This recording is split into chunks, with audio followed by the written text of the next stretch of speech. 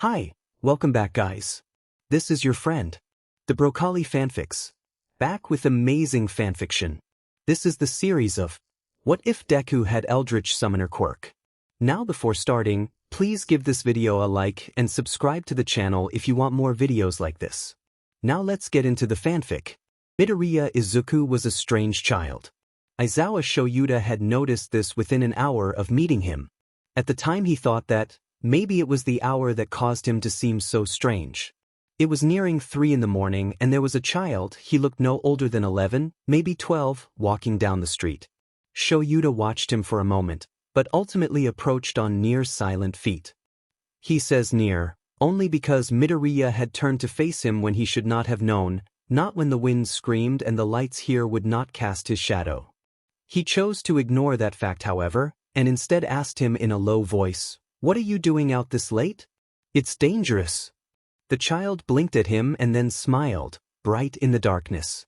"Oh, don't worry, Eraserhead, I'll be fine." Shouta jolted. People didn't know his name. People shouldn't know his name. But then, Midoriya Izuku was not like normal people. Shouta blinked and he was gone.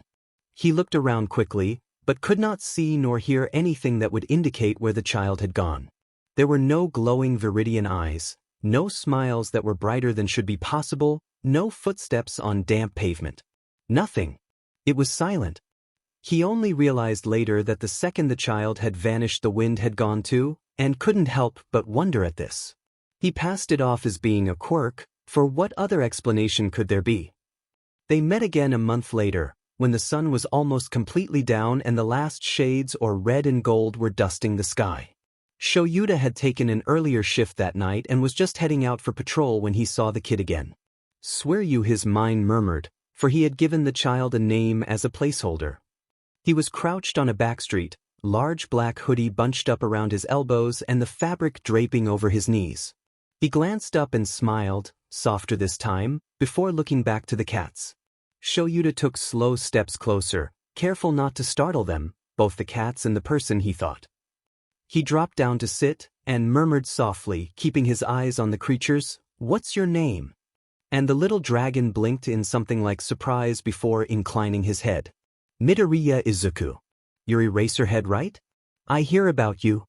And maybe Shouta should have been more concerned, but there was that smile on the kid Midoriya's face, and his eyes glittered with excitement, and he found himself deciding it was okay if there was one person who knew who he was. So he just blinked at him, keeping his features soft, and replied, "I'm Aizawa Shouta. How do you know me?" "Not many do." Shouta flicked his eyes away from Midoriya, instead keeping his eyes on one of the strays that was sprawled near him on the concrete. A calico with green eyes. Green eyes? He thought this one had yellow. He must have been mistaken. The green-eyed cat rose to his paws and walked over to Midoriya, nuzzling his head against the child's paws, a low purr emanating from his throat. Shouta should have been more surprised, he thought. These were alley cats, fierce and proud, and they bowed to no one. They accepted no pity and refused to simply give up. And yet, he watched as they curled up around a jade dragon and took his warmth and gave trust in return. He smiled. A true smile, and maybe it wasn't pretty but it was real and he could not prevent it, not when these creatures that had been hurt put their trust into someone, and when one crawled into his lap he felt unmistakably soft. Cats had always been good judges of character. Appearances, quirks, gender, sexuality. None of the things that humans found so important, the things they discriminated against, mattered to cats. Cats truly were good judges of character. He glanced up to see Suiryu watching him, and quirked an eyebrow in response. "What is it?" The other blushed and ducked his head, fidgeting with his fingers before looking back up and mumbling, "You're not like the other heroes that come around here, are you? They just want attention. The cats don't much like them." He frowned, still twisting his fingers. Shouta thought they seemed oddly sharp, but it was probably just the angle. He hummed quietly, gently stroking the gray cat that had worked its way next to the other cat on his lap. He didn't look up when he spoke, voice low. "I'm an underground hero, but you knew that. Attention doesn't mean anything to me." Midoriya smiled brightly at him at that and giggled. "I know. That's why you're my favorite hero." They met for the third time not even a week later, but this time it was mid-afternoon and Shouta was with Hisashi in a small cafe. They'd finally been able to get a time where they both had time off and could get together for a date. The cafe was small, with a cat lounging on the counter at the back. Plants hung from hooks and shelves all around the room, and the walls were painted a soft cream. A succulent was placed at the center of each table. A beautiful image was being painted on one of the walls, though it had yet to be completed. Honestly, Shouta shouldn't have been that surprised when the green-haired child pushed the door open, calling out a cheerful, "Hiya Furora-san," before skipping over to the wall in paint-covered clothes. The woman chuckled and raised a hand in greeting. "Hello Izuku. All your paints are in the same cabinet as last time." He nodded and darted into the back. Shouta sighed and watched him go. Hisashi nudged him with a foot. "Is that the kid you were talking about?" Shouta looked away from the doorway to his husband and nodded. "Yeah. Strange kid, but seems like a good one." He looked over again to the door when Midoriya came out, placing his paints and brushes near the mural before spinning around, seemingly to say something to Furora-san before freezing when he noticed Shouta. Shouta just gave a mildly amused wave. The child lit up and darted over, bouncing slightly on his feet from excitement. "Hi Aizawa-san. How are... Do you come here a lot? I haven't seen you here before." He then turned those enthusiastic eyes on Hisashi. "Are you his boyfriend? You're pretty. Wait, you're present Mike, aren't you?" Shouta snickered slightly as Hisashi blushed and stammered a reply. "Oh, thank you. I'm his husband actually. And yeah, little listener, I am present Mike, how'd you know?" Midoriya smiled sweetly. "You're my second favorite hero." Hisashi beamed and reached out to ruffle his hair. "Well, I'm honored." Then he turned that same smile on Shouta, who really couldn't be annoyed that their date got interrupted when he looked so happy right now. "Come on, you gotta answer his questions too." He gave an exaggerated sigh but nodded faintly. "I'm doing fine. No, we haven't been here before now, but we'll probably come back since it's pretty nice." He exhaled and propped his chin on his hand. "Have you been painting the wall?" Midoriya nodded rapidly. "Yeah. I really like to paint and draw, so I do this. I'm only 10 but I'm ahead in class, so I have a lot of free time and this is fun." Shouta did have to admit that the art was extremely good, especially for a child. The tree looked like it'd take up the entire wall when it was complete and would show all 4 seasons. "It would be beautiful." He said as much.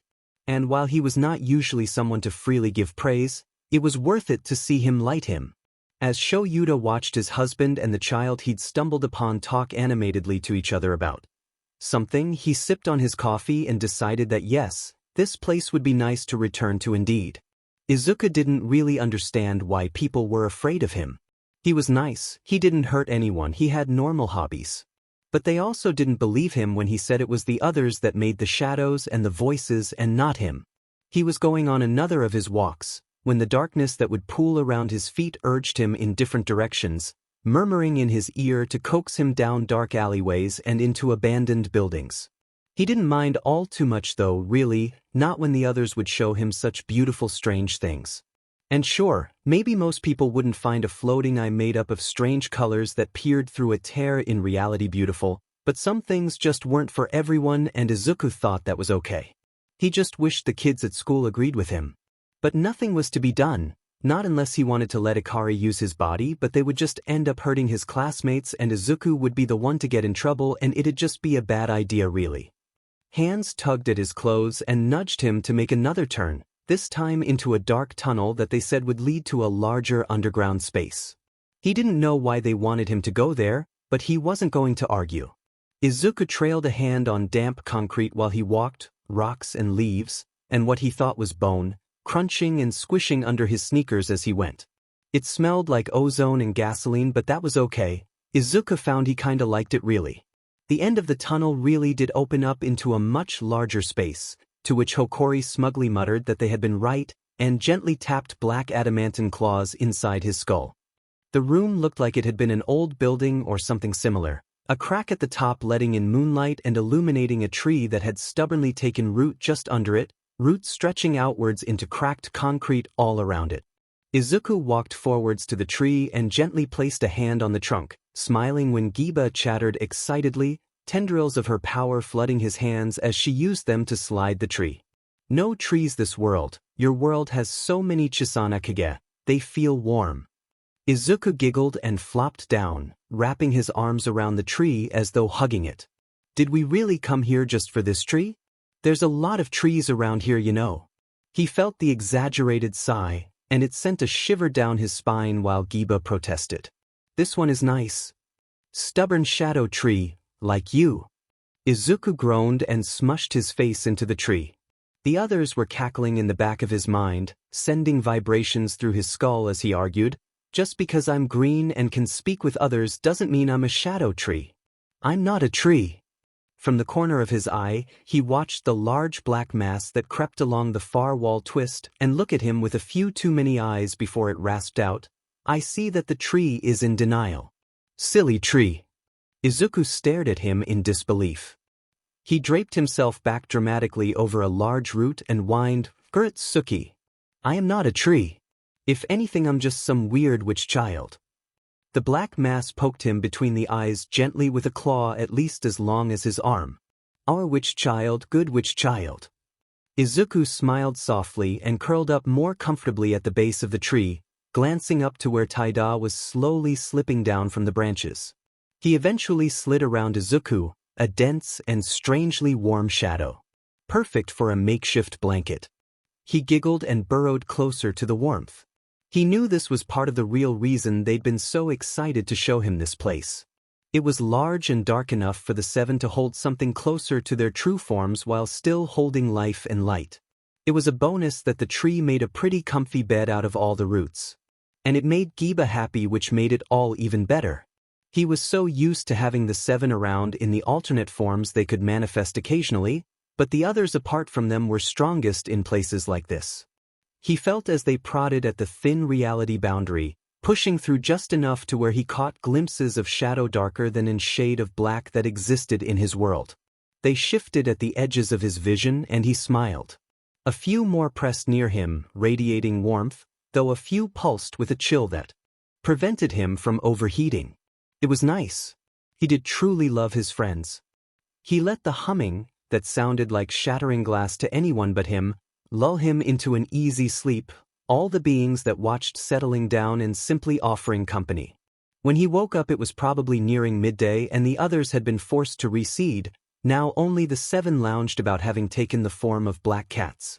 He rose to his feet and walked to where the tunnel entered into the area, pulling on the power of his friends and tracing a sigil across the wall on both sides, the floor and the top.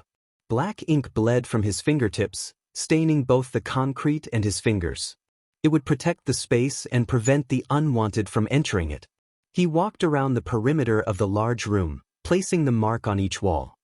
He then amassed the shadows across his back and centered them in his shoulders. Using newly formed wings, he rose to the crack in the main ceiling, tracing the same sigil into there. Landing, he smiled and rolled his shoulders, already knowing there'd be a bit of an ache later but finding it worth it. Izuku looked at the seven cats that blinked at him from the base of the tree and snickered, picking up Taida and walking back through the tunnel while the rest followed, Ikari settling protectively across his shoulders and Senbo meowing at his feet.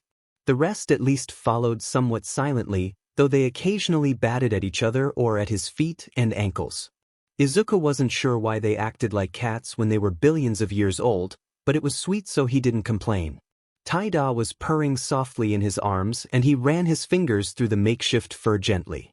Exiting the tunnel, they all squinted at the bright lighting, the cats at his feet walking even closer to him and trying to stay in his shadow. The alleyways nearby were darker though, and Izuku made his way to them. The cats grew a little larger once away from the sun. He hummed softly under his breath while he walked, making his way to one of the parks nearby that had a lot of trees. The area itself was pretty, but there was also a good chance of there being some small other that got stuck and would want to join him. There might also be cats there that would like to be his friend. Izuku did love all the cats. Walking between the large trees, he smiled up at the custos that was lounged at the top, a black and green mass that rippled occasionally like an inky liquid. The custos were always nice to have around, and they made this park safe, so that was even better. The 7 and the others that were with him didn't notify him of any others being here today, but they did push him in the direction of a small hollow tree. Most likely there was a cat there. Dropping to his knees in front of the tree, he peeked into the hole and smiled when he saw the blue-eyed, white kitten at the back of the hollow. He placed a hand near the entrance and cooed at them softly. "Come on, little one, it's all right, I've got you." The creature crept forwards and sniffed his hand, before nudging it slightly with their nose. Izuku smiled and murmured, "That's it, what's your name, H?" He picked up the kitten. It was small, but friendly, and was either already used to people or had been abandoned by its owners. The little thing braced their paws on his chest and booped its nose, and Izuku giggled when he saw green eyes inches away from his own. "I'm going to name you Yuri. Does that sound good to you?" She purred and crawled up to his shoulders. Really, it was probably strange how many cats Izuku kept finding, and even stranger how many stayed with him. But he would never complain, not when they were all such good friends. Walking out of the park, he whispered to the kitten and amused, "Maybe I'll introduce you to Aizawa-san. I think he'd like you. What do you think?" Yuri didn't respond, but he got the sense she approved, and scratched her behind the ears affectionately. Shouta really shouldn't have been surprised when, at 3 in the morning, he just so happened to run into the Suiryu.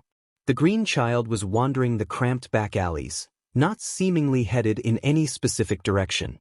This was at least the 4th time they'd met like this by now, and Shouta felt like a mildly irresponsible hero considering each time he'd failed to walk Midoriya home. A 10-year-old shouldn't be out when it was this late, this dark. So this time he bypassed the formalities and greetings and simply dropped down next to the child with a very blunt, "Let me walk you home." Part of him knew Midoriya wouldn't be surprised when Shouta appeared, but when near glowing green eyes peered from under his bangs, he still felt a chill go down his spine. At least he hadn't vanished this time, though. Midoriya smiled softly and tilted his head. "I'm not in danger, Aizawa-san. They wouldn't let me get hurt." And wasn't that a strange thing to say, because there was no one around them right now? Shouta frowned at him and glanced around, ensuring his instincts weren't off. He could have swore he saw flashes of eyes scattered throughout the shadows, for he stared at them and they stared back, but they were gone the moment he blinked. Must be sleep deprivation, really. Midoriya smiled, and it didn't look quite right, and his skin stretched a little improperly around his cheekbones, the bones suddenly too sharp, but really he must have been mistaken, as the features smoothed to normal childish grace within a moment. The child gestured to the shadows around them, still wearing that odd grin. "My friends. They wouldn't let anything hurt me, Aizawa-san, and don't worry, they say they like you, so they'll try to keep you safe too." Shouta felt like that was a different matter all in its own. It wasn't unusual for kids to think their quirks could do more than they really could, and based on what Midoriya was saying, he must control the shadows. He resolutely ignored the strange creeping shadow at the corner of his vision. Instead, he just nodded slightly. "That's good to know. I would still like to walk you home. I am a hero after all." If anything, that seemed to make Suiryu smile even brighter. Midoriya nodded, bouncing lightly on his toes. "Alrighty then, it's this way, Aizawa." Honestly, Shouta thought he would have gotten lost if he didn't have the sense of direction he had to as an underground hero. They took far too many twists and turns down dark alleys and unlit streets. He was ever the more relieved he'd been able to walk the kid home this time. They'd ended up near the edge of the red light district, where an old warehouse stood on the coast. He frowned when Midoriya skipped up to the door and used a key to unlock it. He glanced around the area before murmuring, "Is it even legal to live here?" They walked down a long corridor, Midoriya closing and locking the entrance behind them before they did. It was long but surprisingly well lit, though the baseboards and upper edges of the wall were still swathed in darkness. Shouta looked back to the kid as he started to reply. "We bought the place a few years ago so that we'd have more space for really cheap, and while the renovations took a while, it turned out really nice. I'll have to show you around a bit, but it's a pretty big home, so you probably don't have the time for all of it when you already took the time to walk me home." Shouta took a moment to process all the words that had been said. At least from the sounds of it, Midoriya had a decent family, which was a relief to know. As for the warehouse, it really did seem to have been fixed up pretty nicely. He sighed softly, It's been a quiet night and we're technically still within the outer limits of my patrol area, so if anyone asks, I'm working okay? He turned and gave the child as stern a look he could manage. It wasn't very effective by the way he continued to bounce excitedly. Midoriya giggled and chirped out, Yes, sir, eraser head, sir. And Shouta groaned, running a hand through his hair in exasperation. Please, for the love of all the gods, never say that where Hisashi can hear it he'd never leave it alone. Based on the mischievous smile on the kid's face now, he really shouldn't have said that. Yeah, definitely not. Narrowing his eyes, Shouta grumbled a soft, don't you dare, but wasn't able to keep the faint smile off his face when Midoriya giggled and grabbed at his hand to tug him through another door at the end of the hallway. He didn't see why this was necessarily important, but might as well. He changed his mind the second they walked into the first large room because, what the actual F, Midoriya? There were plants everywhere and at least half of them he was pretty sure were poisonous, another 25% were cacti, and the rest at least seemed relatively normal. Shouta looked around slowly and then muttered, Soda, what's with all the plants? He was pretty sure this was supposed to be the living room based on the couch and TV, and could see the kitchen through a doorway on the right side of the room. However, once again, that was way too many dangerous plants. Midoriya snickered, we just really like them, and the ones like these most people don't like too much cause they're kinda dangerous, but like they're not too bad as long as they're fed often enough and you're nice to them so they're happy enough here. That was a lot to unpack, but okay. Not going to question why the plants needed to be fed or how they were capable of being happy. This was perfectly fine. He looked up towards the top of the tall ceiling and perked up a bit when he saw the platforms running across all the walls, about 1.5 feet wide. Catwalks. With actual cats. Glancing back at Midoriya found him grinning and gesturing to one of the random large squares of platform. Those big ones have a big soft bed and usually like a water bowl, but it depends on which one. He hummed in acknowledgement, walking the few feet over to one of the walls where a few pictures were hung. Black frames surrounded a multitude of images of Midoriya himself, as well as what was most likely his mother and a man that looked like his father. They all looked surprisingly alike, really, features from both being present in their son. So far it seemed to be a mostly normal house and a mostly normal family. He didn't focus on the quiet whispering in his ear or the shadows at his feet seemed to be prodding his skin, didn't think about how the eyes of the photos seemed to follow him when he moved. Yes, it seemed fine. At the least, the environment seemed safe enough. He opened his mouth to ask about the photos. Maybe he'd ask about the girl in black that was in the background of a few, or the boy with the burns that seemed to be by her side. Maybe, but not today. They did not yet want to be known.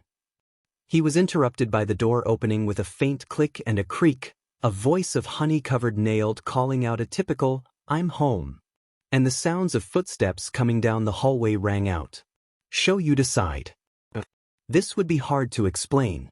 He cradled a broken unborn god in ink-stained hands and breathed new life into dead lungs. Rotten flesh that crumbled under his touch reformed each time, a twisted shade of black and red. He held a young god that fed on stardust and lightning, and he smiled for it was kind in its destruction and yet cruel in its equality. And when pink flesh began to form over cracked charcoal, he smiled through bloody black teeth and traced black fingerprints across a fragile body, felt a faulty heartbeat beneath his fingertips, and the being learned to breathe new air using newly built lungs. He released a fractured and curious god into the world and watched as it sank invisible claws into the life around it, claiming and marking the walls that it desired for itself in black inked blood. And maybe this god and this world would shatter like all the others, but he found himself believing that starfire and ash would sustain the child and eventually sustain whatever chance this earth had to live. Shouta swallowed uneasily even as Midoriya lit up, bouncing on the ball of his feet excitedly. He would say he should leave, but he figured it was already a little too late for that. He would be right, as two people walked into the room before freezing for a moment. Midoriya's parents, he presumed. Lovely. He eyed them warily, Hiro's instincts far more inclined to wanting to escape as opposed to staying and talking to the normal parents. Which was concerning, but it'd be fine. The woman smiled brightly, and it should not have seemed so dangerous, but part of him wanted to run, and said cheerfully, Hello. I'm Midoriya Izuku, You must be Eraserhead? Izuku talks about you. Shouta relaxed a little at that. At least they weren't about to murder him for being a strange man alone in their home with their son. He didn't especially want to die just yet. He inclined his head respectfully. Yes, ma'am, sorry for the intrusion. Midoriya? The second Midoriya? And wouldn't that be confusing? Just chuckled and gestured to her son. The father, he presumed, just continued to watch him through narrowed eyes. He looked back at the matriarch when she spoke, an affectionate lilt to her voice. If Izuku invited you in, then it's not an intrusion, Aizawa-san. He doesn't often invite people here, but when he does, it's best to just go along with what he wants. That was odd as well, really. Shouta knew Midoriya was a little strange, but he was a good kid. Why wouldn't he have many friends to invite home? That's what seemed to be implied anyway. He didn't say any of that, however, instead nodding, a small smile quirking at his lips. That's good to know. Still, I'm sorry if it caused you any troubles, Midoriya-san. She huffed softly, waving a hand. Oh, none of that. Just call me Inko. It will be much easier for all of us if you do. He smiled a little sheepishly, and avoided looking at the man that seemed like he was still attempting to glare into his soul. Call me Shouta then, Inko-san. She rolled her eyes good-naturedly at the continued use of honorifics, but smiled at him warmly and started to walk past him to the kitchen. I'll do that then, Shouta. Come on, Izuku, help me in the kitchen. The boy nodded eagerly and trotted after her. Inko ruffled his hair gently as she walked past, and he froze for a moment, blinking in confusion at the gentle affection. That wasn't something he was used to. It was nicer than he thought it'd be. However, he was then left alone with the last of the Midoriyas, and he didn't seem to be especially fond of Shouta right now. He fiddled with the edge of his scarf like he usually did when on edge, the soft fabric serving as a reassurance that he was not helpless here. Not anymore. He looked up at the older man, unsure of what to say but opening his mouth anyways. He was cut off when the man sighed and finally stopped glaring at him, features softening into a faint smile. Shouta faltered for a moment, still on edge, but before he could say anything the other man spoke. I'm Midoriya Hisashi, but you may just call me Hisashi. You're a hero, correct? Well, that wasn't exactly the question he was expecting, but alright. Yes sir, I'm an underground hero. Hisashi nodded to himself and seemed to study Shouta for a moment, and he had to resist the urge to shift on his feet uneasily. Hisashi stepped closer, until he was barely a few feet away. He's really tall. Shouda's hands returned to his capture weapon. You look awfully young. How old are you? Okay, a fair question. I'm 23, sir. Hisashi sighed before letting a far more genuine smile spread across his face. Or at least Shouta thought it was genuine, seeing as it didn't make his instincts tell him to run in the other direction. Young indeed. It's a pleasure to meet you then, Aizawa. The man inclined his head slightly, and Shouta was once again reminded of just how tall this man was compared to him. He blinked and murmured, A pleasure to meet you as well, sir. And please, just call me Shouta, it's only fair. Hisashi nodded his head and eyed him for a moment, still smiling. As you wish. Come on then, you're already here so you may as well at least finish getting the tour I'm sure Izuku promised you, and besides he'd be sad to see you go so soon. If Shouta was going to refuse initially, he sure couldn't do so now. As much as he was reluctant to admit it, he cared about the kid, and the thought of being the reason Midoriya, Izuku, was sad didn't sit right with him. So he just nodded his head, and when Hisashi moved to step past him, he was inclined to follow. He froze for a moment when a large hand patted him gently on the head, but still forced himself to follow Hisashi like nothing happened. Because honestly he had no idea how to even begin to think about how they were just showing him so much affection for seemingly no reason. It was illogical. He was a stranger, what reason did they have for continuing to invite him into their home? For speaking kindly to him at all? He'd have to ask Hisashi about it when he got home. Which, Shouta should really let his husband know that he might not be home for dinner.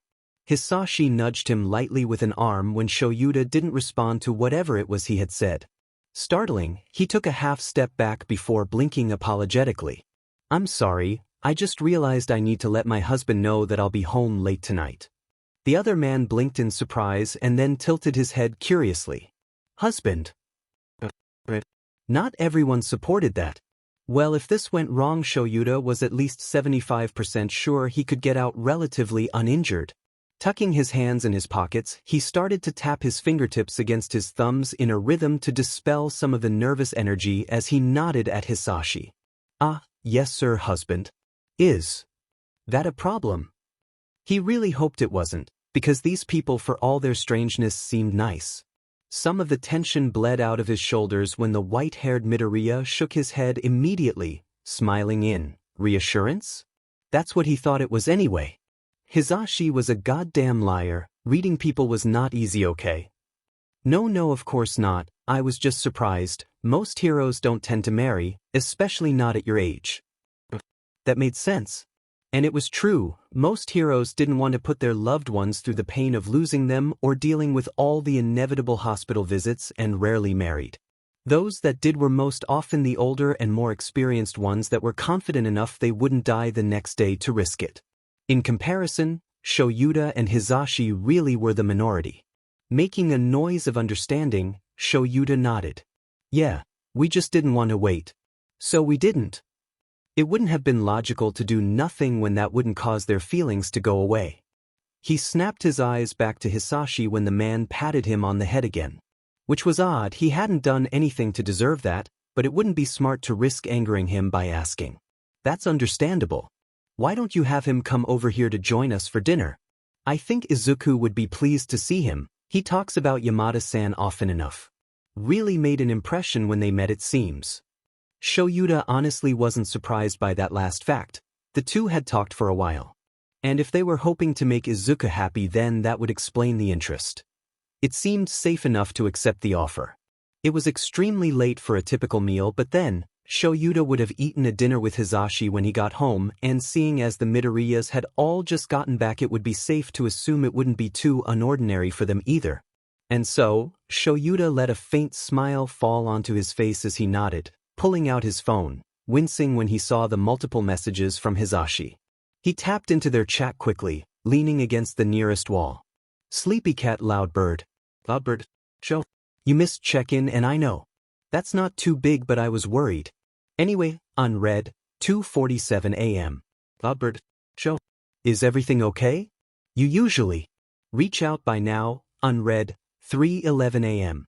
Loudbird, Shouta? This is really late now, are you? Did something go wrong? Unread, 3:36 a.m. Loudbird, I know you said I shouldn't worry if this were to happen, but you're not answering, and I'm scared, so please answer soon. Unread, 3:42 a.m. Loudbird, you were supposed to be home by now. Please be okay. Unread, 3:55 a.m. Sleepycat, I'm so sorry, Zashi. I'm okay, not hurt. Except for some bruises. Something just came up and I forgot to check my phone. I'm okay. Read, 3:56 a.m. Loudbird, oh thank gods. Please never just forget. Like ever again, that was terrifying. Read, 3:56 a.m. Sleepycat, I know. I'll try to make sure it doesn't happen again. You okay? Read, 3:57 a.m. Loudbird, as long as you're okay, I'm okay. What got you so distracted? Read, 3:57 a.m. Sleepycat, well, I'm sure you remember Midoriya. Ran into him and decided to walk him home. Then he decided to show me around, which would have been one thing, except his parents got home and I ended up in a conversation. Read, 3:58 a.m. Loudbird, is everything okay then? Is it little listener okay? How are his parents? Read, 3:58. Sleepycat, honestly they seem pretty nice, Zashi. They'd just gotten home not too long after I got here, so they've invited us to join them for a dinner if you were interested. Read, 3:59. Loudbird, really? I'd love to. Will you be alright? Read, 3:59 a.m. Sleepycat, I'll be fine. Tomorrow is our day off, remember. We can catch up on sleep then. Read, 3:59 a.m. Loudbird, okay. Send me the address and tell them I'll be there as soon as possible. Read, for Sleepycat, alright. Shouldn't take you too long, I don't think. Read, for Loudbird, see you soon then, love you show. Read, 4:01 a.m. Sleepy Cat. Love you to read 4:01 a.m. Loud Bird has gone inactive. Sleepy Cat has gone inactive. Shouta put his phone back in his pocket and hoped his scarf hid the faint blush on his cheeks. He didn't know if he'd ever get used to hearing that from Hisashi. Hisashi, and wasn't that confusing, was looking at him inquisitively, head tilted in a curious manner. Tsuryu was watching him hopefully from the counter with round eyes. Shouta thought he likely missed when the white-haired man had told his family about the possible dinner plans, but it didn't seem to be an issue. He inclined his head at the family in a nod. He said he'll be here as soon as he can. I just sent him my GPS location. Tsuryu let out a happy cheer, and when he did so, shadows wrapped like thread and bandages around his forearms, dancing across his cheekbones and curled around his throat. Shouta knew better than to question this. He smiled softly as he watched the family, startling a bit when the child grabbed his arm and looked at him determined. You gotta call me Izuku now, okay? At first that seemed odd, but really, it did make sense. So he just nodded and stared back with equal intensity. Then you have to call me Shouta. All right. Izuku seemed pleased by this and nodded sharply. He then spun around and began to get out plates and other dishes. It was only then he really took note of the pans and ingredients on the counter. In order to eat, they had to actually have food. He opened his mouth to offer his help but was interrupted by a knock on the door. Hisashi then? That really hadn't taken long at all. He stood up straight and moved towards the door, though he paused to glance at Hisashi to make sure before he went traipsing through their home. Getting a nod in return, he walked quickly, pulling the door open.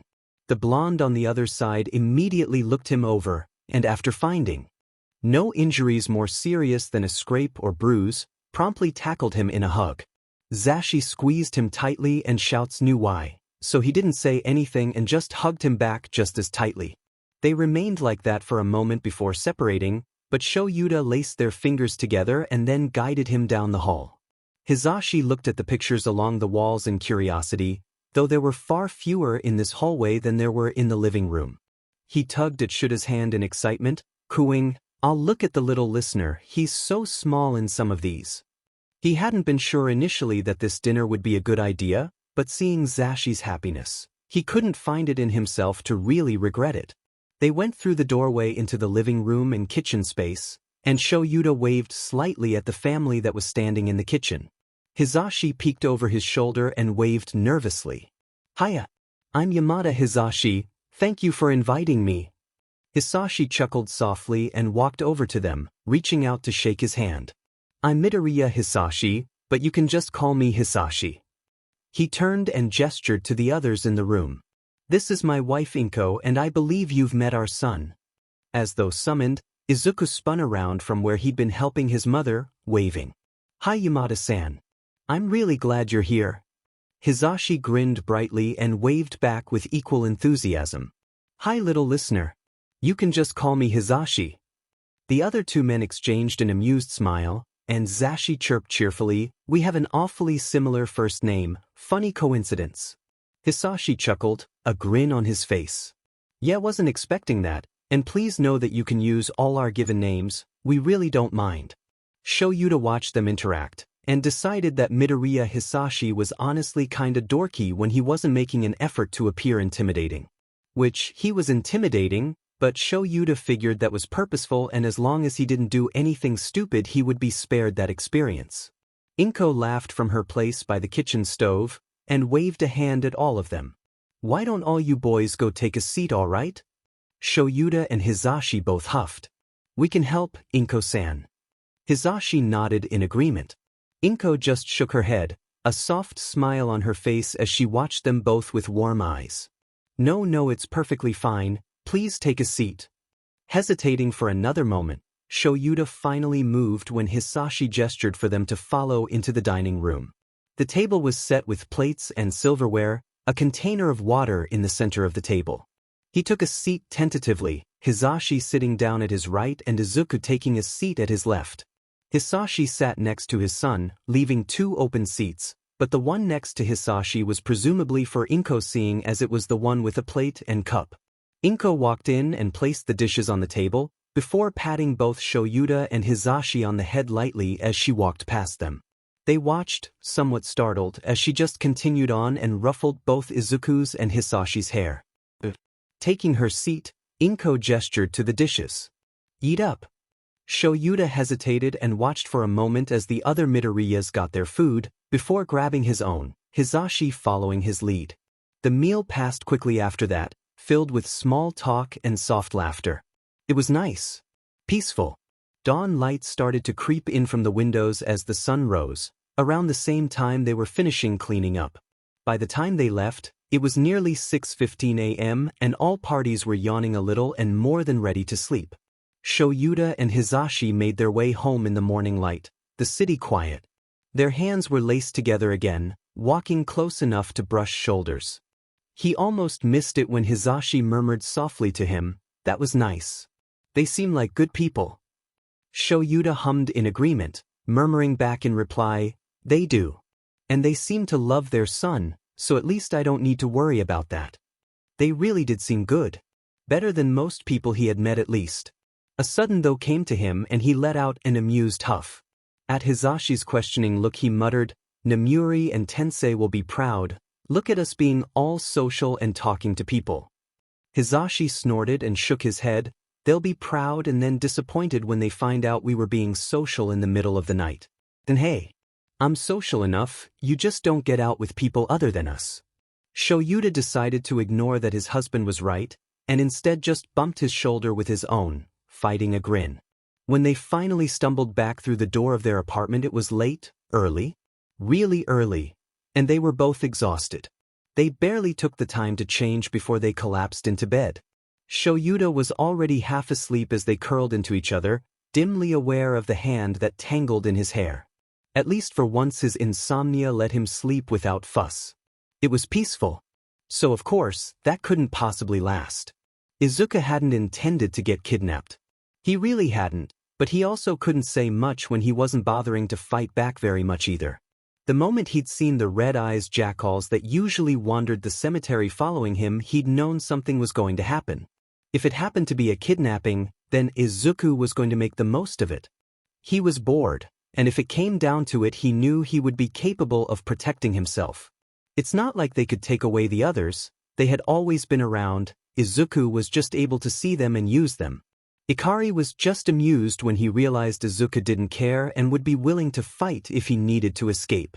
That wasn't very surprising though, Ikari looked forward to anything that could lead to a fight. When the white van that had been creeping around the corner sped up before halting next to him, grabbing him by the back of the shirt and pulling him in, Izuku went limp and resisted the urge to laugh. What do they expect to get from this? He mused, directing the question to the others that had pressed themselves into his skin. Apart from Diala, a spirit that had chosen her name, all he sensed was general amusement and some exasperation. Reckless, little kid, that is all they are. Reckless and stupid, another scoffed and its voice sounded like nails on metal in his brain, but it didn't hurt, it never hurt him. Who knows, maybe they think they can get a ransom off you, all of the others snorted at that notion. He agreed. Ridiculous, Mama and Dad would never pay ransom for me. The sense of agreement was evident in how the hairs rose on his skin and something ran dull claws between his lungs and forced a breath of air he hadn't realized he'd forgotten to take. His own appreciation and the following acknowledge tasted like electricity on his tongue. It was easy for Izuku to forget sometimes that humans were fickle and selfish things when he was most often surrounded by beings that were old and dark and dangerous. So maybe that was part of the reason why when the men and women in the white van grabbed him he did not fight, and when he felt he prick against his neck Izuku fell willingly into the shadows of his mind. Humans were fascinating and he was curious. He wanted to know how this would go. However, the idea that he would sleep and then wake again somewhere else, moderately helpless in the between, had his skin on edge and ozone mixed with air. The place he went to now at least allowed him to sense what was happening and he would be able to react accordingly if he needed to. The world he had ended up in was one he went to often, and one of the closer ones to his plane of reality. The air was a strange combination of dusty and damp when his feet settled on the grass. He knew it wasn't grass, they all knew, but it was not something to be acknowledged no matter how it squirmed beneath them. Some of the others lurked around, monstrous forms towering over everything and made from a convoluted mass of black flesh and bone. Ikari dripped fire from open wounds in the far distance, and if he focused, the smaller feline representation of his friend flared with warmth when the fire did so far off. No, this place wasn't safe, but most here accepted him at least. He sensed his body being maneuvered, limbs banging against the ground and walls in ways that would bruise if he didn't have the others dripping blood into his veins at all times. He trusted Ikari and Don Yoku to protect him should they do anything to harm him. Izuku knew that he was technically more vulnerable when he let his consciousness rest in this world, but they had his standing permission to use his body as they please, if only as he knew they would only try to help him. What they did to others was less known. The people that had taken him he knew would not survive if they dared to try to harm him.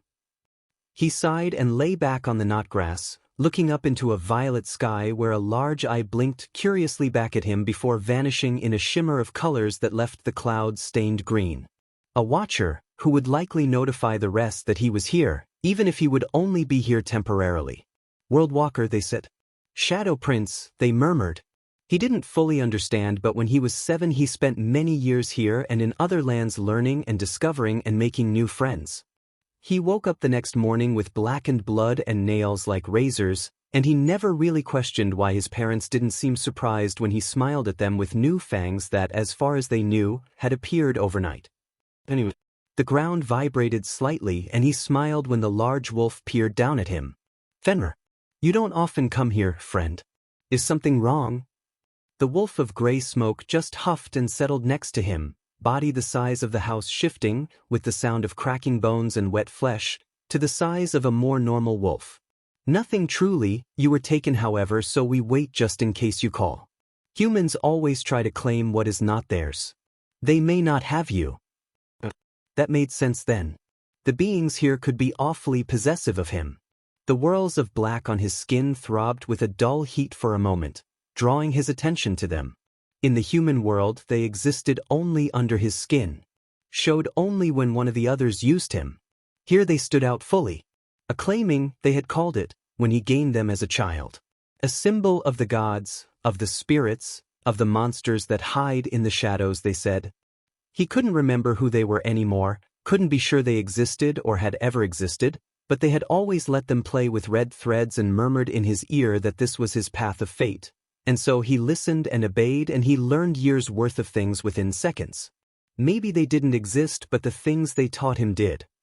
Izuku pulled himself to awareness only after the kidnappers had already strapped him to a chair. He didn't understand this, they would gain little from this. Hokori grumbled his disagreement, stating that we were gods and they could gain everything from us. Izuku disagreed, if only because he wasn't a god and the humans wouldn't care much for the dealings of deities anyway. He did not come from a family well known for money, and he was not especially pretty. Perhaps it was what was known of his quirk? Things had always been fascinating about quirks. He shook his head and focused on his surroundings. Maybe he could treat it like a puzzle and it'd be a fun way to get out. It was a dark room, but there was a small window at the top of the wall that had sunlight streaming in. Odd. It was nearing sunset when he was taken. It was unlikely he'd been out for the entire night. One of the others would have told him when the sun set fully, meaning it was most likely that the window was set at the right angle to catch the last rays of sun before it would settle into night. Izuku was proven correct when a few minutes later he became suddenly aware of his heartbeat, and the faint throb under his skin turned into a thrum of power, skin feeling just a little too tight around his bones. He knew this was because there were too many of his friends settled inside his bones at the moment, but the slight discomfort was worth the safety he gained along with it. He snapped to attention with the clanging of chains down the hall outside his door. With the sound came a slight tightening around his lungs and a heavy pressure on his bones as Fenrir slipped in on light paws and dark gray smoke. His presence enhanced Izuku's sense enough for him to properly smell the blood in this stained room.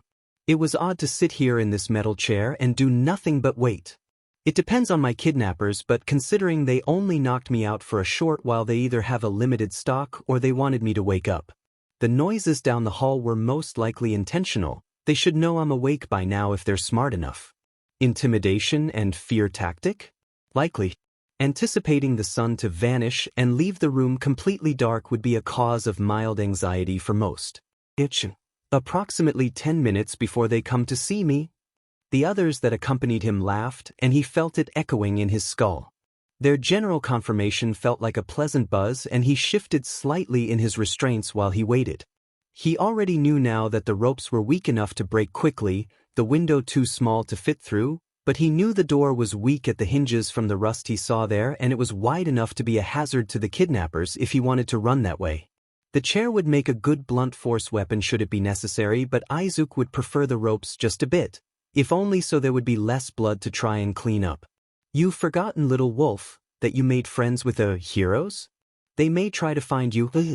That could be an issue. He hadn't accounted for that. He may have to refrain from doing too much damage then. Izuku would hate to know how they would react.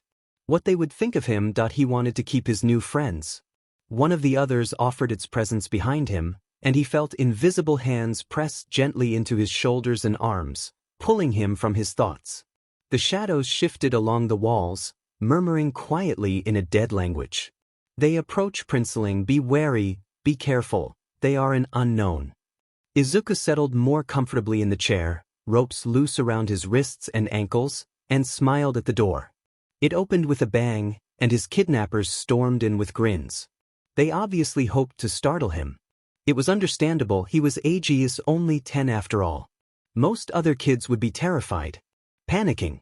If only he was like all the other children he was sure these people had hurt. They seemed to falter. Fascinating. Izuku tilted his head in mock innocence. Is something wrong? They recovered quickly, scowling at him angrily. What the F, kid? You think acting all calm is gonna keep you from getting hurt? Be grateful we waited for you to wake up before we'd have our fun. Strange. That implied more time had passed than he'd originally thought. This is the conclusion of the third day. We apologize, we had not realized the importance. 3 days? He was sure Shouta-san and Hizashi-san had noticed he was gone by now. That may be a problem. He frowned at the men before him, clicking his tongue. You do realize this is pointless, right? The leader's face twisted in fury, and he more sensed than saw the Quirk-powered hand that sped towards his face. Of course, the shadows wrapped around his wrists like vines, creeping quickly up to his shoulder and bleeding down to wrap around his chest. Izuku laughed at the panicked rage that slid across the face of the kidnapper. Child taker, tainted, burn him, kill him, he is part of the INFECTION, we want him gone. Shadow Keeper, remove them all for us? The others ached under his skin at the shadow's request, a plea more than anything, really.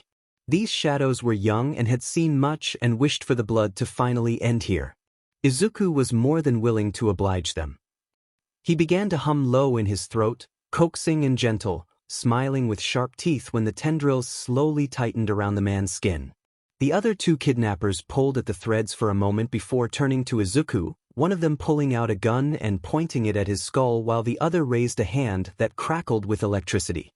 Oh, an electric quirk? That's so cool. I wonder if it draws on the energy from the user and shifts it to electricity, because if it did they'd require a lot of energy-sustaining food and drinks to lengthen the time it could be used, but quirk exhaustion would be a big threat.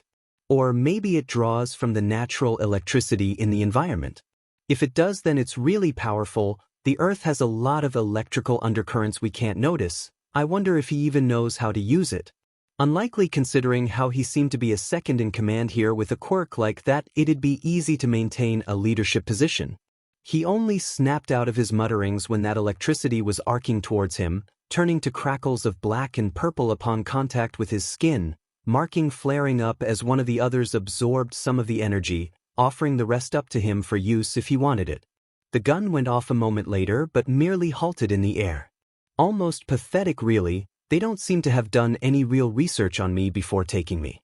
The shadows tightened completely once more, and the lead kidnapper crumpled to the ground with an agonized scream as the tendrils clamped through flesh and bone, blood and parts of his arm flopping to the ground with a wet thud before they tore into his torso and throat. Messy. Wouldn't have been Izuku's first choice, but he would allow the younglings in these walls to utilize his control to take their vengeance if that was what they wanted. The other 2 dropped to the ground moments later, black piercing their body like worms and leaving them riddled with holes. That seemed to be a theme as Izuku left the room, listening closely to make sure there were no other captives. He found nothing but death and despair when the Kaneshimi in these halls reported back to him. He ran into only a few other people, but when he did, they did not survive. They had lost that right, and the Shinigami would show no kindness when they collected their souls. He had reached a central room, he thinks at least, when there was a loud bang from a few halls away. Sending out a few shadows as a recon, Izuku braced himself, back up against the opposite wall, and waited.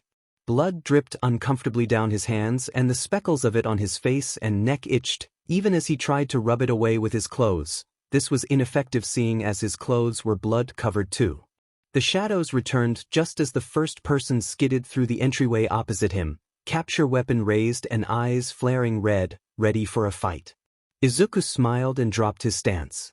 While he had hoped Shouta wouldn't have to see any of this so soon, it may have been the best option. It would be fine. The man had frozen at the sight of him, and then looked around rapidly to ensure there was no visible threat, before rushing forwards, lightly trembling hands brushing over Izuku's clothes and checking him for injuries. Apart from the rope burns at his wrists and ankles, there were none to be found. So Izuku just smiled and stepped forwards into the hero, wrapping thin arms around the man and mumbling softly, "I'm okay. I'm okay. Sorry for scaring you." Eraserhead let out a rough exhale and hugged him closer, still gently. Izuku noticed, likely to avoid aggravating any possible hidden injuries. "Let's get you out of here, kiddo. Okay? We'll get you home." Izuku chuckled softly but stopped when he noticed how that made the other tense, allowing himself to be picked up even as other heroes flooded the base. They were small-time, mostly underground or independent, maybe sidekicks. Nobody important to the world just yet. Izuku just settled his head on Shouta's shoulder, sighing softly and murmuring again, "I'm okay." He heard the cries of shock when the first body was discovered. This would be interesting to explain. The others currently sharing his body offered no help and just laughed at his expense. Lovely. The police station was cold. Not just cold in the physical sense of air conditioning on his skin, but cold in the way he recognizes the emotions that sat heavy in the little spaces between. He wondered for a moment where Hisashi was. He was warm in the same way this place was not. Izuku wasn't sure if Shouta was holding him or if it was still Eraserhead. He wasn't sure if it mattered though, when the others offered tidbits of information on watering eyes and something that to them tasted like desperation and relief. So he just held on to him and let the hero hold him close. It had taken him a while to understand that while he didn't mind being taken, it seemed others that weren't used to this did. They walked down a short hallway, into a side room. Izuku assumed it was some fancy office that was in temporary disuse, seeing as there was little dust on the floors. The hero adjusted him to hold onto him with one arm, using the other to grab the 2 towels and small stack of clothes that were sitting on a forgotten desk. They both moved into the bathroom across the hall, and Izuku found himself sitting on the counter. Shouta, Eraserhead, dunked the smaller of the cloths into the running water after waiting for it to warm, and then gently started to clean away the blood that stained his skin. Izuku was glad he did, letting his eyes flutter shut as the warmth and slight roughness against his skin soothed that itch he had felt. It was quiet, no words spoken, and Izuku did not feel the need for them. He allowed the hero to pull off his top shirt, a thin tank top remaining, and the blood that had soaked through his clothing was gently brushed away, the same with his pants being done a moment later. He leaned back willingly when Eraserhead, Shouta, ran wet fingers through his hair, getting rid of some of the stray drops. Looking at himself in the mirror, he was startled by the bruises on his wrists, but didn't let them bother him.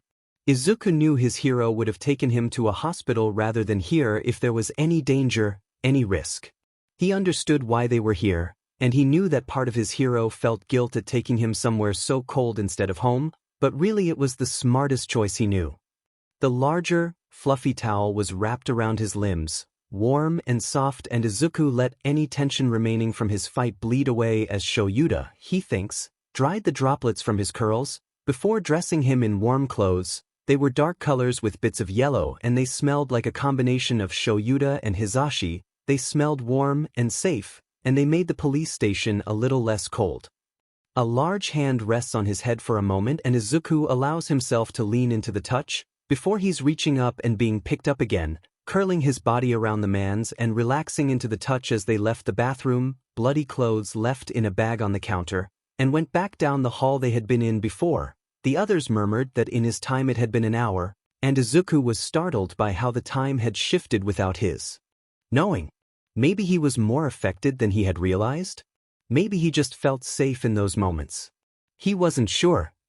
The room they walked into was what he assumed was meant to be an interrogation room, but the walls were a softer color than the harshness of what he knew others to be, and instead of steel chairs and tables it was warm wood and soft colors. The others reached across the open space into the shadow of the table and pressed up against its structure, cooing about the murmurs of voices that remained of what once lived in the trees that made it. Shouta? He was sure it was Shouta now and not Eraserhead, if only because Eraserhead would not hold him like he might disappear, would not have treated him quite as gently earlier, finally put him down between the chairs on one side of the table, and when Izuku chose one, the one on the left, as he always did, Shouta took the other, eyes still on him and searching green eyes for the traumas he likely thought would be there. Izuku turned to him and smiled, absently reaching up to pat the man's cheek gently. "I'm okay. See me? I'm okay." The others that were hidden in his clothes and in the curls of his hair murmured a reply in chant, "Seen, seen, seen," and Izuku did not think his human friend understood his words, and could not understand the response, and so he smiled wider when the man whispered back to him, "I see you." Izuku thought he recognized now what his friends had seen. He saw the quiet fear hidden in his eyes and he could feel the faint trembling under his hand. Yes, this was his Shouta indeed. He still hoped Hisashi would come, but he thought he would accept present Mike too if that was not possible just yet. Yellow and red always seemed the nicest together. He returned his hand to his lap but scooted the chair closer so that he could lean against the hero, smiling slightly when he felt some of the tension bleed out of the other's body. Shouta sounded a little shaky, he thought, when he spoke quietly to him, "We are all going to have a very long talk when we get you home." Izuku just hummed lowly in response. He'd been hoping not, but from what he'd seen of other humans that was not unusual. Their conversation halted when the door clicked open and a man in a trench coat walked in. Izuku watched him as he stepped up to the chair on the other side of the table, sitting down and placing a pad of paper, pen, and what he assumed to be a voice recorder on the wood between them before smiling at them both tiredly. "Hello Midoriya-kun, I'm Tsukachi Naomasa and I'm the detective that's on your case. I'm here to ask you some questions, but if you would rather wait we can do that too." Izuku blinked up at him, studying the other man for a moment before saying softly, "Where's my mother? And we can do this now I think." He wondered what the questions would be. Likely about the men that had taken him, but these humans could not ask the others what they had done like Izuku could, and he wondered how much they really knew. Tsukachi-san hummed and smiled reassuringly, "Both your parents were told that we'd found you, and they told us that Eraserhead here could stand in for them while we asked you questions as long as you were comfortable with it. If you would still like to tell us what happened, then I must tell you that my quirk is lie detection and it is always active. Will this be all right?" Izuku perked up slightly, eyes glittering. "Oh, that's such a cool quirk. Does it work on half-truths? Does it detect only what the person believes to be the truth, or does it detect the ultimate truth? Since you can't turn it off, do you tune it out? Is it a sound or like just a feeling when it detects a lie? Is the tell more intense the larger the lie, or is it always the same?" "That's dash." He cut himself off with a flush when the others prodded his legs, ignoring their amused muttering in favor of smiling sheepishly at the shocked detective and nudging Shouta when the man snickered. "Sorry, I really like quirks? And to answer your question, yes, this'll be fine." He slumped down in his chair, but returned to leaning against his Shouta only a few moments later when the man's eyes immediately darkened with worry. The detective seemed to shake off his shock with a soft laugh, shaking his head slightly. "Those are very thoughtful questions. Why don't I try to answer them another time?" Izuku nodded instead of giving a verbal reply, and watched as the detective pressed a button on the recorder between them. Detective Tsukachi Naomasa questioning Midoriya Izuku, age 10, accompanied by pro-hero Eraserhead in the stead of a parent or guardian at 9:57 p.m. Thursday. I would like to restate that my quirk, lie detection, is always active, and from here forward please respond with spoken answers. Izuku took a deep breath and leaned more heavily against his friend, before he spoke softly, I understand. The detective smiled at him encouragingly, and when Shouta offered a hand silently, Izuku took it, though he was not sure if that was for his sake or for Shouda's. The detective flipped open a new note and clicked a pen before he started talking again. Can you tell me what happened the day you got taken, Midoriya-kun? Izuku chewed on his lip as he considered how to word it before finally settling with as it was, with a few minor details left out. I was taking a walk near the cemetery. It's quite nice there, you know? I saw the jackals, so I knew something was going to happen, but I figured it would make things interesting. He frowned slightly. Not considering how much time would pass had been an oversight. I didn't think I would be gone for so long. Izuku paused again before adding, also, you can just call me Izuku, Tsukachi-san. The detective stared at him for a moment before saying in a slightly bewildered voice, all statements made register as true. And writing it down in his notepad. Can you explain the jackals to me, Izuku-kun? Izuku hummed absently and didn't think much when he muttered, it's jackals, not jackals, Tsukachi-san. There's a difference. You don't need to worry about them. I guess you could say I see them because of my quirk. They appear when something bad will happen. Izuku smiled up at the detective, somewhat inhuman and tinged in shadow. Really, it was just the others deciding to creep the human out, but Izuku didn't complain. They won't hurt anyone. True. Tsukachi seemed a bit unnerved, but he did a good job of not showing it. Must be part of the job, which would make sense, Izuku supposes. He, wisely, ignored Izuku's correction on how he addressed the jackals. Would you mind explaining your quirk, Izuku-kun? It's currently listed as umberkinesis. Izuku brightened a bit, suppressing a yawn. He loved quirks. Well, the name isn't accurate to start with. They just wouldn't believe me when I told them, seeing as I was 6. My quirk would be best defined as conduit.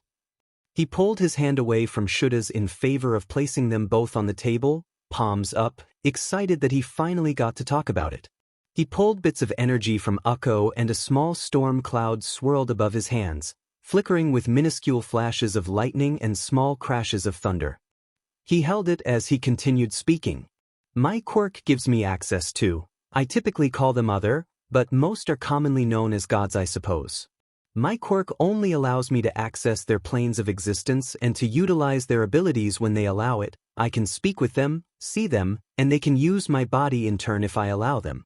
I think it's easiest, maybe, to appear in this plane as masses of shadow, seeing as that's what most do, but others prefer to appear as animals. It's complicated, really. He finally let the storm dissipate, sending a silent thanks to Ukko for the lending of his power before looking up to the other two, holding back a laugh at their looks of shock. Sorry? I know I can talk too much at times. The detective seemed to snap out of it, glancing down at the details he'd written and exhaling roughly, saying a relatively calm, true, for the record before studying Izuku for a moment. I suggest we discuss your quirk and adjusting the registry at a different time. For now, it's getting rather late. So just one more question before we let you go for the night, Izuku-kun. Were you injured in any way when you were taken? Izuku thought for a moment but ultimately shook his head. They used chloroform on me when they grabbed me, but other than that I just had a few bruises. Tsukachi nodded and wrote the last details in his notepad before shutting it and clicking his pen shut. Placing a finger over a button on the recorder, the detective said in a tired voice, Detective Tsukachi Naomasa with Pro Hero Eraserhead for the questioning of Midoriya Izuku, age 10. Questioning has been suspended until the following morning as of 11 p.m. Thursday night as per the agreement made by Midoriya Inko and Midoriya Hisashi regarding the questioning of a minor without parental presence. With that, he clicked the reporter off and gave them both a tired smile. You did well, Izuku-kun. Let me walk you out? Izuku smiled at the detective softly, and nodded his head even as he leaned heavily against Shouta, not quite able to hold back his yawn this time. Both adults chuckled softly and they left the room, though Izuku didn't miss the glances they exchanged when they thought he wasn't looking. At the door, Tsukachi smiled at them again, eyes soft, and said, I hope you rest easy tonight, Izuku-kun. We're glad to have you back with us safely. With that, Izuku followed Shouta outside, brightening up for a moment when he saw they would at least be taking a car home. He was too tired to want to be around strangers right now. Sliding in, he yawned, but lit up and practically tackled the other man in the car when he saw Hisashi sitting on the other side of the back seat. Warm arms wrapped around him, and he was dimly aware of the click of the seatbelt and the shutting of the door as he took in the warmth of his other friend and the scent of what he thought was probably leather and some sweet-scented hair gel. He didn't register most of the words, just pressing close and enjoying the solid pressure his arms made against his body as he finally drifted off into real sleep. Izuku woke up to a warmth curled under his skin, others running gentle fingers down his spine, bleeding into his bruises to allow them to heal. He sat up and found he was in his room now. The sun was streaming through the window, but the light stopped abruptly halfway through, shadows holding dominion over the majority. He stretched, purring as his bones popped. Sudden weight on his bed alerted him to the feline forms of the seven laying around and across his body, fur wispy and ever so slightly transparent when he looked close enough. "You didn't wake me up?" He directed the thought at them, head tilted. Taida purred low in their throat, the sound caressing his skin in heavy warmth. "You were tired. And comfortable. So we left you be, witch child. To rest." The rest sent the sense of their confirmation, and some of the others still lingering in his veins hummed their approval as well. Izuku sighed but couldn't fault them their decision. He had been awfully tired. "Are Shouta and Hisashi still here?" "My parents." He hadn't heard them initially, but the home was large and his friends had remained here with him that night. He may have missed them. Hokori rose to his feet, sleek form slipping over to settle across Izuku's lap as he responded. "The moon and sun children are still here. Your giver and the thief are not. They seem to be searching for the ones behind your taking." Izuku sighed again and carefully relocated the being to his shoulders, Taida joining him immediately as Izuku climbed to his feet. Netami let out a noise of complaint, and so he picked her up with a bemused chuckle, cradling her in his arms as he left his room. The darkness that had been there retreated, instead following him. He walked down the stairs, effortlessly sidestepping the nails that peeked out from the wall. He was used to their existence by now. Small shadows flitted between the plants hanging everywhere in the house, and Izuku heard them murmuring at the edges of his hearing. He caught a glimpse of Yurei on one of the catwalks hovering below the ceilings as he reached the main floor, almost missing the last step as something heavy settled suddenly into his body, joints popping and bones shifting slightly, rapidly, to account for the new presence. Izuku could feel as some of the remaining others stepped away to let the newcomer have space, settling across his skin instead. He paused for a moment, but they seemed content to be silent for the moment, and so he merely nodded to himself and offered a short greeting before continuing to the living room where Kasai had informed him they were. Slipping into the room, he found them leaning against each other, a few files open on the coffee table and 2 cups of coffee on coasters. Izuku watched them for a moment, the shadows in that corner starting to creep up his legs at his stillness. After a bit he stepped forwards, smiling softly as Shouta looked up at him. "He seems calmer with you here now. How curious." The thought was shared by most of the others, and Izuku had to agree with them. To his eyes, the man had seemed to relax slightly the moment he noticed Izuku was in the room. Hisashi smiled at him tiredly and lifted a hand in a wave. "Good to see you up, kiddo. Your parents left earlier this morning, but we can call them if you want us to." Izuku giggled and went over to them, hopping up onto the couch beside them with his legs folded under him before he bothered to reply. "Oh no, that won't be necessary. I have you both here after all. And I have my friends too. We'll be okay." Ikari clambered up Izuku's legs and pressed in tightly next to Netami. Danyoku elected to curl up between Hisashi and Shouta, with Guretsuki and Yakubo splaying out on the back of the couch. The 2 men looked slightly startled at the sudden influx of cats, and Izuku laughed, gesturing to them. "See? My friends are always with me. No need to worry." If anything, that caused the 2 to stare at the entities with a new sense of wariness, but they seemed to accept it despite the oddness. Shouta nodded slowly. "Right? In that case then, did you sleep well? You didn't wake up when we carried you in last night." Izuku huffed slightly and nodded, petting the two beings spread out in his lap. Yeah, I slept fine. The others decided not to wake me when I was being moved, so that's why I didn't wake up. And I was tired. Hisashi gave him an amused look. I'm glad they didn't wake you then, sounds like you needed the rest. He shrugged, moving his hand in SOSO motion. Kind of? I get tired, but I'm able to stay up late if any of the others are willing to lend me their energy to sustain me. They don't always do that though, since relying on their energy can have interesting repercussions. It's best to take breaks. Shouta tilted his head with a concerned frown. What kind of repercussions? Anything we'd be able to help with if they happened? Izuku paused, thoughtful, and directed the inquiry at some of the others. The newcomer came closer to his mind, hovering before speaking. Unlikely, XE murmured, voice dipping below where most people could hear it, echoing almost like thunder in Izuku's ears. They would need to force you to rest and not make use of your gifts for a time. Best to not let it come to that, little one. Izuku nodded, and looked back at the two men, who were staring at him with mild concern. You wouldn't be able to do anything other than making me rest and not use my gifts, which would be difficult, so the others agree to just not let me get there if it can be helped. The newest addition to his friends, Shintani, he knew suddenly, hummed zur approval. It vibrated in his bones and Izuku suddenly felt just a little lighter. Shouta frowned. I wish we could do more, but alright. Let me know if you, any of you, learn more, okay? Izuku smiled at him softly and nodded his agreement. It was a reasonable request. He looked over at the files laying splayed out on the table. Are those about the people that took me? Hisashi nodded. Apparently they've all had a history of other crimes. There were still some that were, alive. They'll be questioned further. Seems like you're not the first one they've taken. He trailed off as all of the seven lifted their heads to stare at him intently, before swiveling to look at Izuku. He blinked and then said out loud, we know. Hokori spoke with some of the younglings while I was there. They've hurt many people. Shouta hesitated and then asked carefully, is that why you killed them? Hisashi tensed slightly and put a hand on Shuta's arm in warning, but Izuku just smiled at them. No.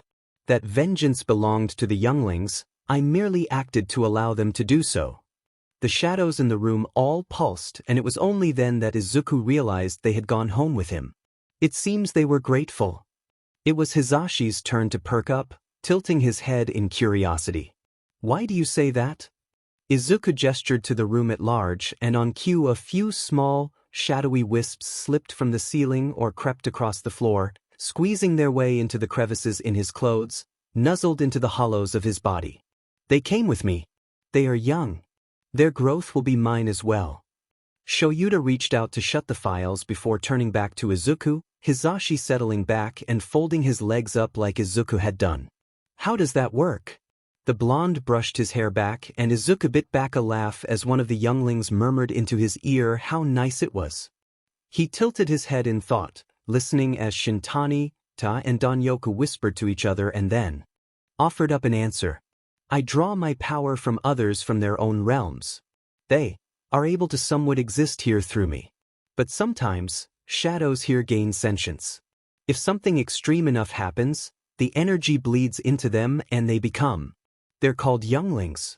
Younglings are able to continue to draw energy from the world the more they are around events. He paused as Guritsuki offered another tidbit of information.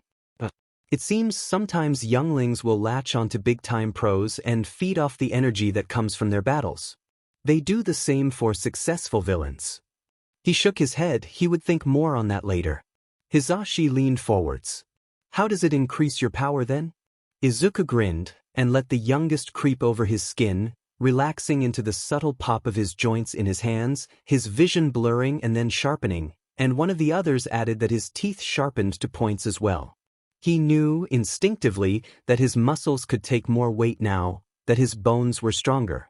He couldn't hold back his laugh at the startled looks on both their faces, hearing the echo behind his voice. This is with the power of the youngest. There is no strain to merge with them. As they grow, I will still feel no strain. While the 7 and some of the others are stronger, and I can hold them, it puts a strain on my soul to merge with them. There will be no such issues with the younglings that have chosen to join me.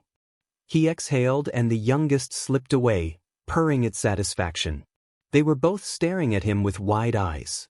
Wow, Hisashi murmured, watching with obvious fascination as the unnaturalness bled away from his features, leaving behind a normal child. When you say strain, how so? Izuku hummed, petting Netami gently, enjoying the staticky feeling that came from her fur, hand phasing through the strands just slightly. In the moment I'm okay. I feel light, powerful. But afterwards, I'm tired and my body aches. Sleep won't help much, but meditation does, and other than that I just wait it out. Shouta frowned with a worried look on his face. But it doesn't hurt you, right? It can't kill you? Hisashi straightened and concern spread across his features as well. Izuku paused. He hadn't really thought about that, hadn't felt he needed to. He felt that had been the right decision as he felt something dark simmer in the roiling slickness of the eldest. He could taste the bitter, metallic tang of it on his tongue. His words weren't truly his when they fell from his mouth. No. Hisashi and Shouta both jerked back in surprise and Izuku grimaced, bringing up a hand to rub at his throat as the eldest retreated back down and plastered itself around his lungs, slipping into the crevices of his spine. Izuku shuddered at the heat of it but relaxed when the anger faded into something more soothing, more protective. He saw them open their mouths to speak and cut them off before they could. Sorry, that wasn't a question I've considered before, but the eldest took offense. They are all extremely protective of me. I'm theirs. They will not allow me to come to harm because of them. And they certainly will not allow me to die. Shouta stared at him and then said slowly, Sorry? I hadn't realized it would bother them. Izuku smiled reassuringly and then snickered when one of the smaller others dripped down from a hanging plant to drape itself around Shouta's shoulders. The man froze, disbelief clear on his face, and Izuku giggled, covering his mouth with a hand as he laughed. The other was squirming slightly for a moment before finally going still, appearance pulsing with a faint green shimmer. Izuku knew from experience that it was warm. Hisashi snorted and then yelped when a different other dropped onto his head, slithering through his hair and ultimately settling into something like a cuff around his bicep, shifting until it resembled something much firmer than it was. Izuku smiled brightly and dropped his hand away from his face. They forgive you. And they like you too, that's good. Shouta brought up a hesitant hand and gently stroked the other around his neck with a faint smile. That's good. Do they have to stay near you? Izuku shrugged and made a fuso motion with his hand. Yes and no. They have to go through me to come here unless they're like the younglings and began here. They can stay separate from me for a short time, but after a while they are forced back through to their dimension. If they stay near me they have access to my quirk which lets them stay. Places I frequent often though carry my signature so they can stay in those places for much longer without me. Izuku leaned back against the couch, smiling when Guritsuki nuzzled closer to his head, rumbling softly. Hisashi nodded slowly, rising to his feet and stretching. I guess that makes sense. Also, do you have school tomorrow? It's a Sunday but I wasn't sure if your parents were wanting to keep you home. Shouta nodded. That's right, I meant to ask you about it when you came down. Hisashi-san said we could leave but I didn't want to leave you alone, though if you need to get work done then we'll stay out of your way. Izuku laughed and smiled brightly at them both. I do have school but you're not in the way. I have most of my work done anyway, they just give me advanced work sometimes since I'm so far ahead. Shouta smiled slightly as he stood as well, the other around his neck shifting slightly to account for the change in his stance. You should get that done then. Zashi and I will make some food, you haven't eaten for a little while now. Izuku sighed but nodded as he got to his feet, Ikari and Nat-Emi murmuring their annoyances as he was forced to move them in order to do so. Alright, I'll just bring it down here then. I don't usually have any trouble with it but I'm not too sure how advanced my work actually is. He paused and blinked as he realized that was true. Hisashi laughed and ruffled his hair as he walked past. Well, if you need any help feel free to ask us. We both did well in school. I plan to work at UA in a year or two. It could be good for both of us. Izuku beamed back at him and scampered up the stairs, deftly avoiding stray nails embedded in the walls. He walked into his room and the shadows pulsed to greet him as he did. He grabbed his backpack and reached in to pull out his folder with his homework and paused when he saw a small doll-like thing sitting inside. Pulling it out, he looked at it curiously. It was a small purple cat made of soft yarn. He wondered where it came from. He directed the inquiry at his friends and just got soft, bemused laughter in return. "Wait," they murmured, offering a sense of heaviness to his mind. A fog, they pulled forth the image of violet eyes. "Be patient. You'll see." It seemed tomorrow would indeed be an interesting day then. He tucked the small figure into his pocket and took his homework downstairs. If they said to wait, then wait he would. Izuku hummed quietly to himself as he got ready for school. It was cold today, the air curling around his body and sending goosebumps across his skin. His father must be in a mood from whatever he had found looking into the people who had taken Izuku. The house was always cold when Dad was mad. Taida draped himself across Izuku's shoulders like a cloak the moment he'd put his clothes on, and he murmured a soft thanks for the warmth he was radiating. Picking up his backpack, he suddenly remembered the little purple cat that had been there. He knew, though how he knew he could not say, that he was going to meet the cat today. His friends seemed excited as well, he mused. They were buzzing slightly under his skin, shifting, and Izuku noted that they seemed near impatient in their waiting. Izuku smiled and hurriedly shoved the rest of his things into his bag and picked it up to go downstairs. His mom was cooking in the kitchen and Dad sat scowling at some papers at the kitchen table. Izuku continued humming as he set his bag down next to his chair and then grabbed the cat food from the pantry, dancing around his mother to grab the vitamin powder they added in as well as a bowl. His friends reached out to hold the items, so Izuku was able to use both hands to mix the food and powder together. By the time he was done, there were at least 10 cats staring at him with big eyes, and a few not cats as well. Chuckling, Izuku poured equal amounts into multiple bowls and stepped back to let the animals, and not animals, eat their food. Putting everything away, he finished at the same moment his mom finished cooking, slipping into his seat and waiting as she passed out the plates. His dad was still frowning at the papers before him, but he released them from hand with a sigh to eat, absently forking rice into his mouth as some telekinesis quirk or other held the papers aloft for him to continue reading. Izuku cast curious eyes at him and snickered when his mom bopped him on the head with an exasperated look. Hisashi pouted and offered a quirk-manifested flower from nowhere with an apologetic smile, causing Inko to roll her eyes with a faint smile. Izuku ate quickly, and when he was done he washed his dishes and kissed his parents lightly on the cheek before grabbing his bag and skipping out of the house.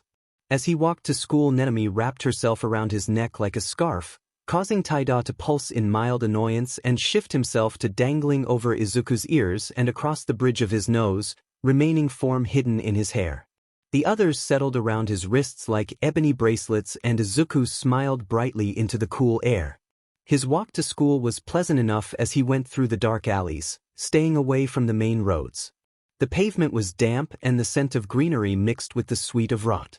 Izuku liked walking in the alleys. They felt more real than the rest of the city did. He made it to school early as he always did. He made his way to his classroom, slipping through the small crowd easily.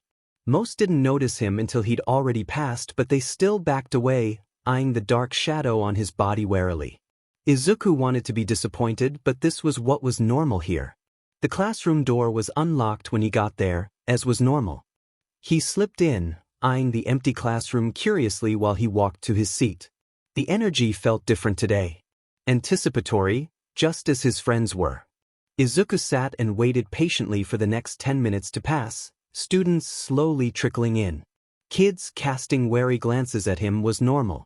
There was a reason after all that he sat in the back corner with an open seat in front of and next to him. They were scared. He could almost understand why, when he thought about the things he had seen, but really his friends were kind. When the teacher walked in, everyone reluctantly fell quiet.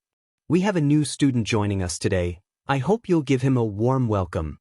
Izuku tilted his head and watched curiously as the boy with purple hair came in, shadows under his eyes and a tension in his shoulders that Izuku recognized immediately. His friends purred in his mind, and he decided then and there that he was going to make friends with the purple boy. Nagai-sensei turned towards him with a warm smile on his face. Izuku wondered if it would fade. It depended on the quirk the newcomer had, he supposed. Why don't you introduce yourself? Purple Boy shifted on his feet before he slumped slightly. I'm Shinsou Hitoshi. The teacher frowned slightly before the smile came back onto his face, a little less real now. The others stirred restlessly under his skin and Izuku could guess what was coming. And what's your quirk, Shinsou?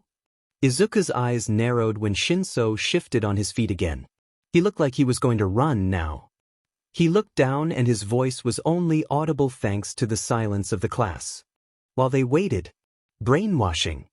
There were a few seconds of silence before the class exploded into chatter, wide-eyed and fearful glances being cast at Shinsou, who stood tense at the front of the room. Nagai-sensei was stiff, smile gone and eyes cold now as he looked at Shinsou. I see. You'll be sitting next to Midoriya then. And you may have a villain's quirk, but I still advise you avoid angering him. Izuku only heard the mutter because Ikari had crept across the walls and sent the information back to him, but from the look on Shinsou's face he had certainly heard. It would be too much paperwork to have a dead body on our hands. The teacher shook his head and turned around, pushing Shinsou none too gently in Izuku's direction. Their classmates leaned away from him as he walked past, and Izuku watched him as he walked, hesitating for a moment before taking the seat next to Izuku. His lips twitched into a smile. Brainwashing was such an interesting quirk. There were so many applications, so many things that he could learn to do. Izuku hoped he'd be able to convince Shinsou to be his friend. The other boy would make a brilliant hero someday if he chose to be.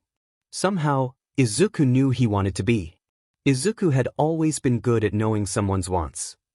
Taida and Netami squirmed and Izuku smiled when Shinsou watched with wide eyes as they pressed flat against his skin and twisted to form swirling patterns going up his neck and across his cheekbones, hugging his jaw. His skin tingled where they settled, and he tilted his head as he absently rubbed at one of the ones on his neck. The purple boy looked like he wanted to say something, curiosity evident on his face, before he snapped his jaw shut like he'd just remembered something. Like he wasn't supposed to speak. Thinking about it, Izuku realized it made sense. His voice had been raspy when he spoke earlier, likely from disuse. His posture indicated he was used to being yelled at, hurt, forced to run. He had a brainwashing quirk. Likely a voice-activated one if Izuku was reading the signs right. That was okay. Izuku took care of his friends. If Shinsou let him be his friend, then Izuku would do what he needed to in order to keep his friends safe. Izuku wanted to speak, to reassure him that Izuku wouldn't hate him for something he couldn't control, but he knew better than to do so right now. Nagai-sensei may have been scared of Izuku, but he wasn't so scared as to not call him out if he did anything like speak in class. Izuku didn't mind so much, the other kids knew better than to pick on him by now, but he didn't want to make Shinsou uncomfortable or make him too much of a target on the first day he was here.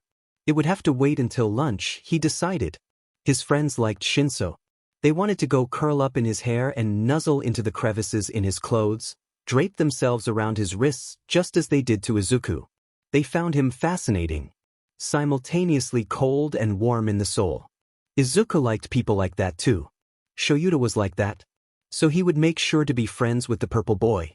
If his friends, Fate as well, one of them murmured in a voice like the ocean, liked him, then that was enough for Izuku. They'd not guided him too far astray yet. Izuku smiled at him and then turned back to the front of the room, where Nagai-sensei was studiously ignoring them both now. Some of the other kids would look back from time to time, but so far no one had tried anything. Bakugo looked angry, sitting in the front of the class, but he always looked angry. Izuku hoped he wasn't going to make the stupid decision of coming back to antagonize them when the ball for lunch hit.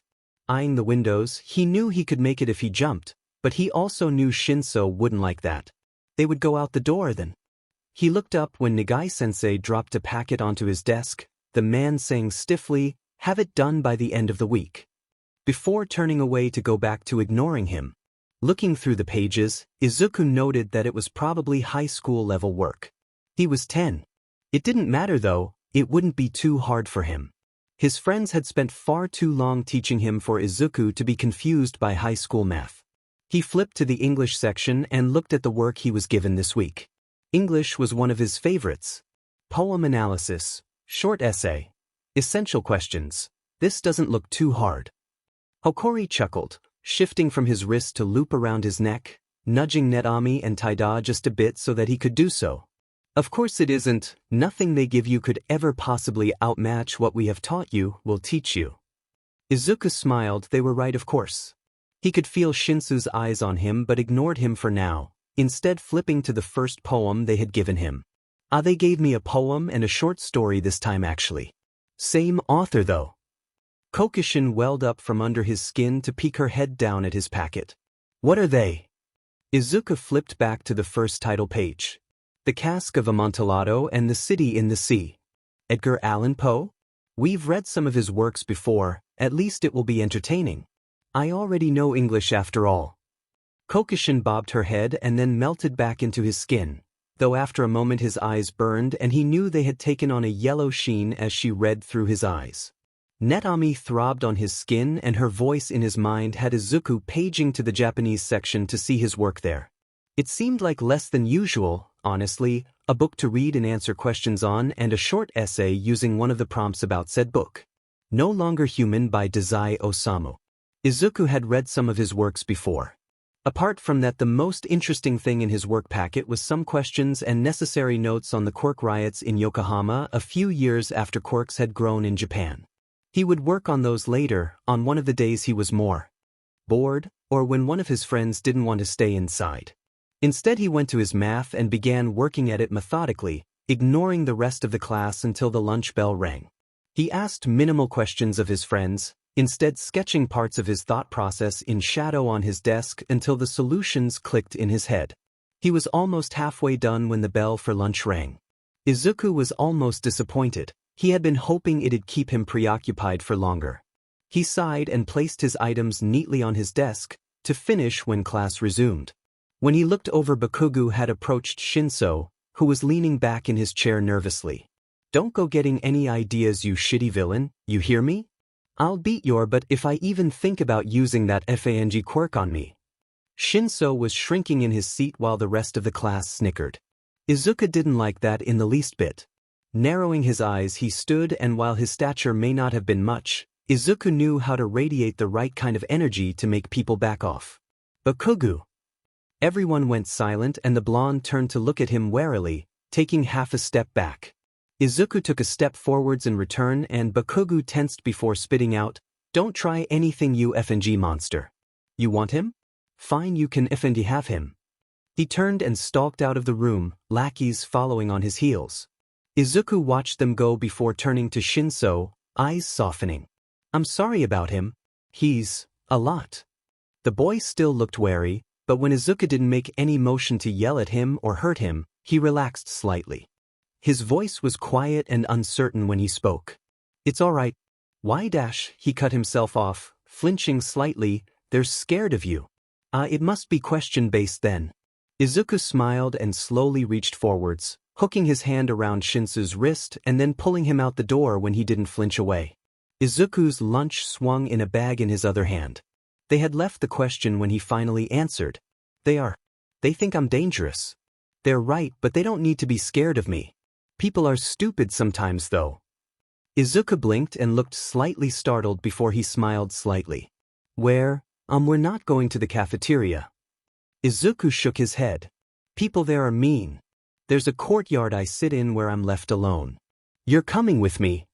After a moment he added, "You can ask questions by the way. I don't mind." Shinsou faltered and didn't speak again until after Izuku had guided him through a small passageway outside that opened up into a small, secured area with a tree and some grass. Izuku sat down, pulling him down beside him and pulling out his food, shoving an extra pair of chopsticks into the boy's hand. Izuku didn't remember having two pairs before, but he did now, and this was probably why. He looked confused and stared at them for a moment. My quirk. You were there. It's brainwashing. If I ask a question and you answer, I can take control of you. Why would you want me to ask you questions?" He froze as he realized he had asked a question, apologies immediately falling from his mouth. Izuku just tilted his head and answered easily. "Why should I care? Your quirk doesn't make you bad. I think it's really cool actually. I mean, imagine the kinds of applications it could have in hero work. You could end hostage situations, you could stop muggers and murderers and assaults and probably robberies too. Shinsou, your quirk is incredible. He stopped when he realized he was rambling, flushing slightly. Shinsou looked at him with wide eyes and then he covered his mouth as tears welled up, violet eyes shimmering slightly. His voice was small, hope clear in it when he whispered, You think I could be a hero? Izuku beamed at him and leaned forwards. Of course you can be. I mean, it'll be hard, but you can be one. Shinsou sniffled and smiled at him, scrubbing at the tears that had finally slipped down his cheeks. Thank you, he murmured, looking down at the chopsticks in his hands and fiddling with them. Izuku giggled. Of course. Now help me eat this, will you? Shinsou smiled again, and while he didn't respond, he did start slowly eating, in small bites at first, and then he relaxed some and they shared their meal silently. When they were done, Netami was starting to squirm on his skin and Izuku sighed, extending an arm with his palm flat to the ground.